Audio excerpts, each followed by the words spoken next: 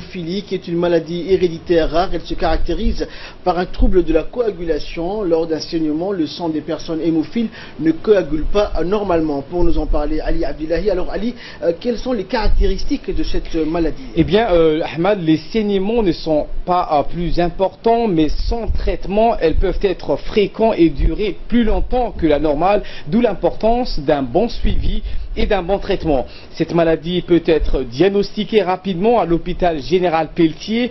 Si le dépistage de l'hémophilie n'est pas fait à temps, cette situation peut causer le décès de l'enfant par hémorragie.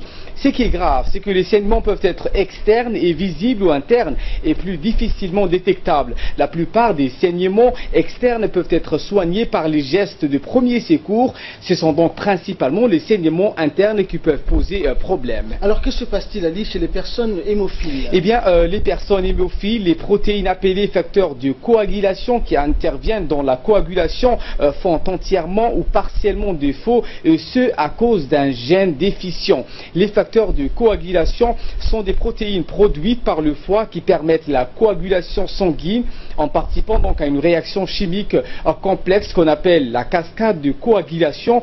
Aujourd'hui, bien que le traitement de cette maladie soit extrêmement coûteux, le ministère de la Santé a mis à la disposition de l'hôpital les médicaments qui traitent de l'hémophilie, et ce grâce à la volonté coordonnée du gouvernement et de son ministre, donc bien entendu Dr Jama El-Mouki.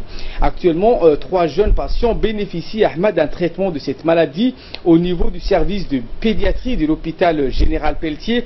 Récemment, une mère de famille a perdu 2 enfants à la suite de l'extraction de dents de lait, et ce à cause justement de l'absence du diagnostic en amont.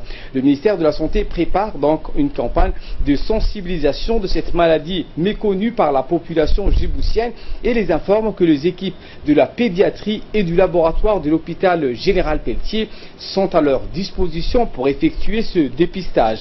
Le ministère de la Santé porte également à la connaissance de la population des dangers que posent donc des actes d'extraction de dents de lait, l'ablation de la luette, de circoncision ou autres actes effectués en dehors du milieu médical et sans encadrement. Merci Ali pour toutes ces explications.